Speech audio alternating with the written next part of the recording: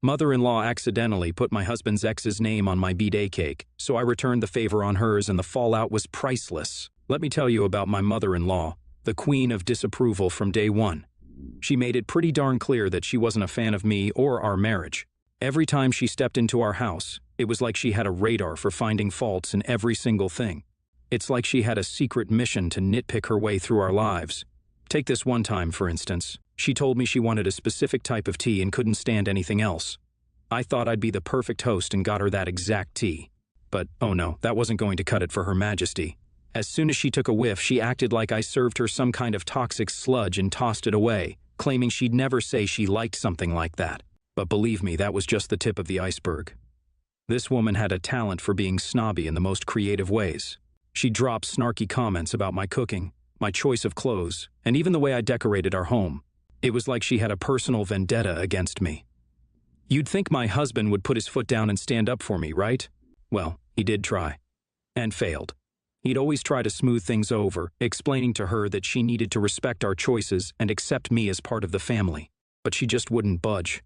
It was like she wanted to be the gatekeeper of the family and decided that I didn't cut it. I mean, who does that? We were supposed to be a family, but she acted like I was some kind of intruder. So I couldn't believe my ears when I found out that my mother-in-law, of all people, had planned a surprise birthday for me. It was such a weird twist in the tale, considering how she had never been a fan of me. I had mixed feelings, wondering if this was some kind of elaborate prank or if she was genuinely trying to make amends. Little did I know that this birthday surprise would turn out to be anything but pleasant. The day started with all the regular birthday cheer, balloons, decorations, and smiles all around. I tried my best to put aside my reservations and enjoy the moment. But then came the truth, the birthday cake. As they brought out the cake, I was excited to see what it looked like. But imagine my shock when I saw my husband's ex's name spelled out in big, bold letters instead of mine. I mean, seriously, how could this be happening?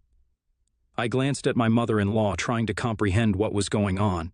She had this smirk on her face like she was hiding something. And then she casually mentioned that she misspelled my name because she was getting old and forgetful. Yeah, right. It was clear as day that she did it on purpose. I mean, who misspells their own daughter-in-law's name and writes the name of the ex on her birthday cake? It was like a cruel joke, and I couldn't believe she had stooped this low. Everyone else seemed to be in shock too, not knowing how to react. I tried my best to keep my composure, but deep down I was hurt and angry. It was hard not to take it personally, especially after all the snide remarks and disapproval I had endured from her.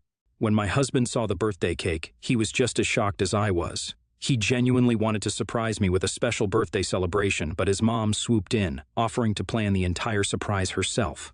It seemed like a hopeful sign that she was finally willing to try and build a better relationship with me. She told my husband that she wanted him to have a good relationship with me, and she was willing to make an effort. It was like she was playing the role of a caring and understanding mother-in-law, luring him into believing that she had turned a new leaf. Little did he know that it was all a facade, a cunning plan to ruin my birthday and hurt me in the process. I didn't want to ruin the party, so I just smiled. I had other things in the plan. Now, let me give you some backstory. It seemed like my mother-in-law had a knack for stirring up trouble with her habit of comparing me with my husband's ex. It was ironic because my husband had told me that she never approved of his ex either. Talk about déjà vu. But what was even more amusing was the fact that my mother-in-law herself had been the second wife of my father-in-law. It was like she conveniently forgot her history while busy meddling in ours. The irony was too real. The story of my father-in-law was a mystery in itself. My husband didn't know much about his other family, and I had never been given much detail either. All we knew was that my father-in-law had two families, and it seemed like his other family wanted nothing to do with this one. We heard whispers of a distant and complicated relationship with them, but the details were shrouded in secrecy. It was like there was a hidden divide that we were never meant to cross. And then I found out, after a year of marriage, the reason behind my father-in-law's divorce from his first wife was none other than my mother-in-law. It was like something out of a soap opera, with family secrets and drama at every turn. I couldn't help but wonder if my mother-in-law's constant comparisons were a way of asserting herself and trying to fill the shoes of my husband's first wife. It was like she was trying to erase the past and make herself the standard for what a wife should be. But no matter how much she tried, she couldn't erase the fact that my husband's first marriage had nothing to do with me. We were our own couple, with our own unique love story. Coming back to the present, like I said, I didn't react. I just smiled at her mistake. Now, my mother-in-law's birthday was legit the next day, so I decided to return the surprise. I decided to play a little prank, and wrote my father-in-law's first wife's name instead of my mother-in-law's on the birthday cake. Of course, I acted all innocent, blaming the bakery for the mix-up. Oh, the look on her face when she saw the cake. It was priceless. She was fuming with anger, and I couldn't help but suppress a smirk. It was like karma had come full circle. All those times she had belittled me and made me feel unworthy. And now she was the one feeling the burn. She started yelling and throwing a tantrum, but I remained calm and composed. My husband tried to calm her down, but she wouldn't listen to reason. In a way, it felt liberating to see her lose control for once. I innocently asked if she was okay, pretending to be clueless about the whole thing. Inside, I was laughing with glee. But then she stormed out, unable to handle the humiliation. My husband looked puzzled, asking if I had done it intentionally. I didn't want to admit the truth, so I played it off as an honest mistake. "Oh, I must have picked up the wrong cake," I said with a perfectly innocent smile. He bought it hook, line, and sinker. It was my little secret, my moment of giving her back what she deserved. I knew I probably shouldn't have stooped to her level, but I couldn't resist giving her a taste of her own medicine. And boy, did it feel good. Do you think I went too far, bringing up old wounds and all? Well, my little birthday cake prank seems to have stirred up quite the storm. My mother-in-law is complaining left and right, insisting that I did it intentionally. But you know what they say, what goes around comes around. I denied it, of course, and played it off like I was innocent as a lamb. I reminded her of the time when she messed up on my birthday with the tea incident, and I didn't react the way she did. I mean, come on, it was just a cake, right? No need to blow it out of proportion. But you know how it is with mother-in-laws, always looking for a reason to be dramatic. She loves the spotlight, and this was her moment to shine. The whole family knows how she can be, so it's no surprise that they're all on my side. They've seen her dramatic antics before, and they're not falling for it this time. It's honestly quite funny how the tables have turned. She's used to being the center of attention and getting her way. But this time, she's the one left red-faced and fuming. And I have to admit, I'm kind of enjoying the show. My husband seems a little torn, caught between defending his mom and believing me. But hey, I'm not going to spill the beans about my little prank. Let him think what he wants. It's all in good fun, right? Update 2. Ever since the little cake prank, my mother-in-law has been surprisingly silent and hasn't been bothering us much. It's like a breath of fresh air, and life has become so much more peaceful. Maybe, just maybe, my little prank had a more significant impact on her than I thought. Perhaps she realized that her dramatic antics weren't getting her anywhere and decided to dial it down a notch, or maybe she's just sulking in a corner, nursing her wounded pride. Either way, I'm not complaining. I can finally breathe without the constant scrutiny and criticism. It's like a weight has been lifted off my shoulders, and I feel freer than ever before. Of course, I'm not naive enough to think that this newfound peace will last forever. Knowing my mother-in-law, she might bounce back with her drama in no time. But for now, I'm going to just enjoy it. Update 3, you know what they say, if you can't beat them, block them. And that's exactly what I did. Life has become so much better ever since I decided to block my mother-in-law. No more nagging and drama, just sweet, blissful silence. And thanks to all of you for supporting me in the comments. It feels good to know that I'm not alone in dealing with a dramatic mother-in-law. Your words of encouragement have been a source of strength for me. When she confronted me about blocking her, I just played it cool and blamed it on network issues. Hey, a little white lie never hurt anyone, right? Besides, it's kind of fun to mess with her a little bit. I have to admit, I'm enjoying this newfound power and control. Blocking her has given me a sense of freedom and peace that I never knew was possible. It's like I have the remote control to her drama, and I get to decide when to turn it on or off. To all those dealing with their dramatic mother-in-laws, stay strong and don't let anyone bring you down. Until next time, take care and live your best life. Bye for now. Opinion 1, NTA for sure. Dealing with a difficult mother-in-law can be such a nightmare, and you did what you had to do to protect your sanity. Blocking her was a smart move. And hey, network issues happen all the time, right? You deserve to have a peaceful and drama-free life. Don't let anyone guilt-trip you into dealing with unnecessary karma. Keep doing you and enjoy the well-deserved peace. Opinion 2, NTA my girl. Mother-in-laws can be a handful, and sometimes you just have to take matters into your own hands. It's essential to prioritize your mental well-being, and if that means cutting out toxic people, then so be it. Stay strong, and don't let anyone make you feel bad for putting yourself first. Next story. I don't like sharing my meals with people. I've often been in situations where people want to try my food, and it puts me in an awkward spot. If it was just one bite, it would be more tolerable. but often people will get their saliva onto cutlery and then use that to take more food. I don't want other people's saliva and microbiota contaminating my food. Gross. I'm meticulous about planning my caloric and protein intake. I log everything I eat, and if someone has eaten a part of my portion, it makes tracking my calories and macros very difficult. I'm trying to bulk up, and it bothers me when I don't meet my protein goals. If people eat a third of my protein, I'm hungry and losing potential gains. Lately, whenever I go out for a meal or order in with people, I order 2 of everything I want. I will pay for the extra portion. I'm not passing my bill on to anyone else. I'm happy to pay for the extra food. When people ask to try my food, there's an extra portion.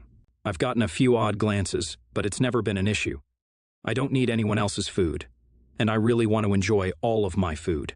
If someone wants to try what I'm eating, there's a separate plate with the same exact food. If the extra portion isn't fully consumed, I have tasty takeaway or leftovers. Seems like a win-win. Recently, my cousin's sister and I went out for a steak dinner at an expensive restaurant. I always pay. I thought it best to double-check that I'd get my full steak, so I asked if she was going to try any of mine. She said yes, so I called the server and asked for an extra portion. My sister was extremely put off that I ordered another steak just because she wanted to try mine. I explained I wanted my plate full. She could have as much of the extra order as she liked, and I'd pack the rest for later. She was not happy with that. It really threw off the vibe of our meal together. We made some small talk, but it seemed like 2 annoyed strangers tolerating each other rather than family catching up.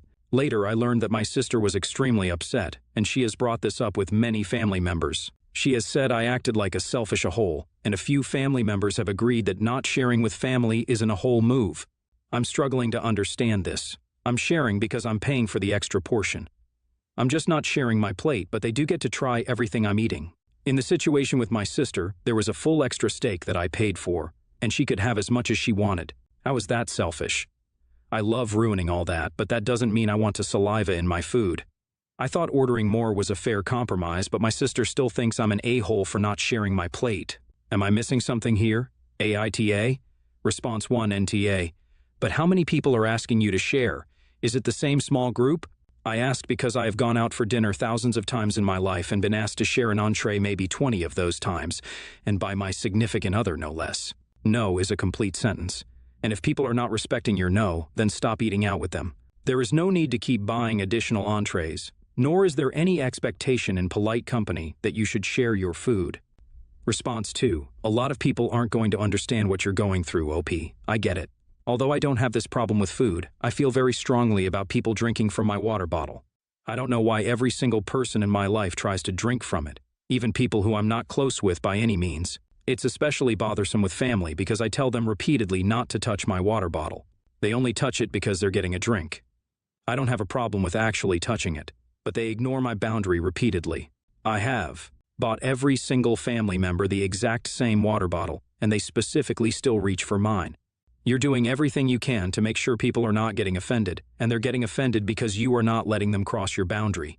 NTA. Response 3. Yeah, NTA. You're a little obsessively weird about not sharing your food, but you found a really good solution that solves your pet peeve without making things weirder for others. Really over-the-top solution. It should be enough to simply say, I really don't like to share my food. It's just a big pet peeve I have, and people should respect that. But good on you for what you do, so I really can't wrap my head around why your sister or anyone would be upset here. Next story. This happened almost a year ago, and I still hear about it every time we have steak, so I thought I'd ask. Almost exactly a year ago, I gave birth to our son. He's fantastic in every way possible, but at the time he didn't sleep the best, and having just given birth, I was super hormonal and very tired. My mother-in-law graciously offered to spend the first week with my husband and I to help us adjust to parenthood. She's a tad intrusive, but very helpful. Our anniversary happened 3 days after bringing our very loud bundle of joy home. It wasn't the most ideal anniversary, with a lack of sleep, having doubts about breastfeeding capabilities, a baby who only sleeps 2 hours, and my mother-in-law there. But it's the life we chose. I'm a very big fan of bison steak, and so is my husband. My dad wanted to help make our anniversary special, and secretly texted my husband to see if he'd be okay with making a special dinner for me as an anniversary present. He lives out of state, so drove up specifically to give us this gift and then left for work. I usually make steak because bison is tricky and has to be cooked at a lower temperature and is considered well done quicker than non-grass-fed beef. I also really enjoy making it. My husband knows cooking is a way I de-stress. When my dad came over with 3 T-bone bison steaks, I was really excited but super tired and told everyone we could eat after my nap. My husband and mother-in-law insisted they would make the steak for us. And wow, I started crying hysterically. I told them it wouldn't be right since they don't know how to prepare it, and it's expensive. I was afraid they would overcook it without help since neither of them really knew what to do.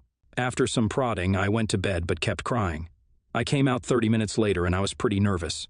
I couldn't sleep just thinking about it. My husband put down the T-bone steak that had been cooked to 170 degrees, well over what a grass-fed bison should be cooked, and well done. And my mother-in-law put ketchup mixed with Worcestershire sauce in front of me and told me to eat up. I started crying hysterically and couldn't eat at all. It was like chewing. Leather and the ketchup mixture was just the final straw. They were only trying to be helpful and sweet, but I was so hormonal and sleep-deprived that I didn't handle it the best. I told my husband they ruined very expensive steaks, and here my mother-in-law said they were perfect and ate them instead. To this day, my husband brings up how I didn't eat the steak, and I tell him I was hormonal and upset by the inedible steak. AITA for crying over the steak? Response 1, NTA. 1. Postpartum hormones are no joke. 2. 170 degrees and ketchup? Who the hell does that to a steak? Response 2, NTA. And is this a pattern in your relationship? Is your husband continually relitigating old arguments? I'd just print out a bunch of info on post-birth hormones and dump it on his lap every time he tries to bring it up. Next story. I'm female, 29, and my boyfriend is male, 33. We moved to Amsterdam 1.5 years ago, and we live on the first floor of a 3-story building. If you have never been to Amsterdam, it's good to know that the buildings usually have a very small entryway and incredibly steep stairs. In our case, the size is 9 square feet. Our neighbors, male 35 and female 32 from the top floor, had one baby when we first moved in, and as of a few months ago had a second baby. Ever since we moved in, the ridiculously small entryway has had a folded stroller at the bottom of the stairs, covering half of the first step. The stroller makes it difficult to bring in groceries, to get in and out of the apartment with luggage when we're traveling, and also whenever we all receive packages. It's an all-around show. More often than not, a bunch of the steps of the staircase have boxes of our neighbors' deliveries on them because there's simply no room for them at the entryway. We often have to move the heavy stroller and leave it outside in front of the building while we're moving things. We were always empathetic with them and never complained, just decided to deal with it. However, after their second baby was born, it became a larger problem as they started leaving their stroller open at the entryway for hours on end instead of folding it and leaning it on the wall. They also added a large umbrella and the children's tricycle, and many times leave the baby's bassinet in our little hallway too, sometimes with the baby. We would also love to leave our umbrellas and our little grocery trolley out, but we don't, as we understand it can make it hard for everyone else. By the way, no other tenants leave anything out in the entryway or their own hallway, with the exception of them. Because of that, I politely asked them in a letter to remove the excessive things, tricycle, umbrella, and bassinet, and to please fold the stroller as soon as possible after moving the baby, as it's already a compromise on our part because we understand that the logistics of going up and down the stairs with it is a lot, but everything else was too much and simply getting in the way. It's been over a week since the letter was picked up and nothing has changed. Today we passed them on the street. They gave us an angry look and left us a note saying we simply are a-holes for not getting the parents' struggles, and they should be entitled to leave their stuff there. Am I the a-hole here? Response 1, NTA. Also from the Netherlands, also live in an apartment building with other people. It's up to us to keep it clear. It is not uncommon for neighbors to approach each other about not letting strangers in, to not put strollers or bicycles in inconvenient places, etc. No one has more rights compared to the other, and having kids is a BS excuse. People have kids all the time and they don't make it everybody else's problem. Response 2, NTA. I think your request is reasonable. The entryway isn't a storage facility. You aren't asking them to move their things on principle. The items are making your life more difficult. The umbrella and bassinet are especially unfair as they aren't items that are used every time the parents go out with the children.